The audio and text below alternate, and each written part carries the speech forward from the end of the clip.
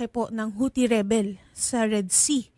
July 7 po ito at pinalubog ng sinasakyang cargo vessel noong July 9, 6 AM po. At sila po ay galing ng Somalia going to Jeddah para mag-refuel bago magtungo po sana sa Israel. At may video tayo. Panoorin po natin.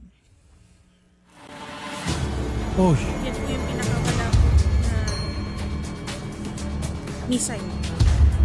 Ayan po, na tumama po. Target po yung oil tanker. opo, nasakay po ng kanilang mga kaanak. At doon na nga po tinamaan. Okay. Ang MV Eternity C, lulan po ng mga Pinoy po. Okay, so Hanggang sa lumubog na. wala pang balita.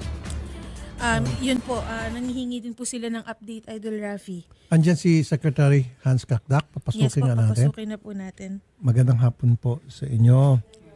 Secretary Hans Kakdak. Secretary, magandang hapon. Magandang hapon, Sen. Maraming salamat po. Kayo po mismo pumunta rito. Imbis na maski phone pass na, alam ko napaka-busy niyo po. Pinanulakan niyo po kami. Maraming salamat po. Nakaganang kalooban lalo sa kanila na makita ko kayo dito magbibigay ng update. Sir, ano nang pinaka-update, Secretary? Unang-una, sa ngayon po, babanggitin ko po yung pagdating ng 8 sa Saudi Arabia, sa Jisan. At binabanggit ko po ito, yung 8 nasagip, kasi makakakalap tayo ng impormasyon dun sa 8 nasagip, including the captain. So, Sino po yung mga 8 nasagip? yung 8 nasagip, kasi 21 po yung crew, Sen. Okay. Merong 8 nasagip. Dumating yung rescue team.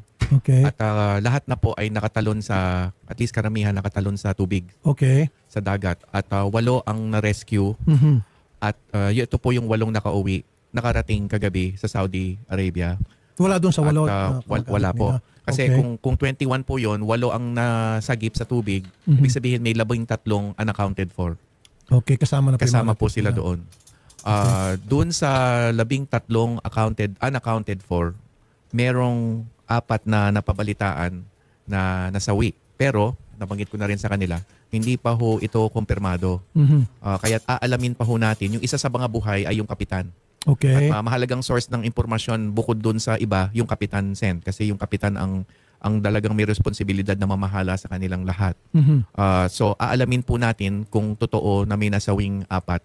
Okay. Ngayon, kung bukod pa doon sa nasawing 4 na napapabalita, So yung 4 confirm na po yun. hindi pa, Sen, kinoconfirm. Although may reports na po. May report na kami natanggap sa UKMTO Okay.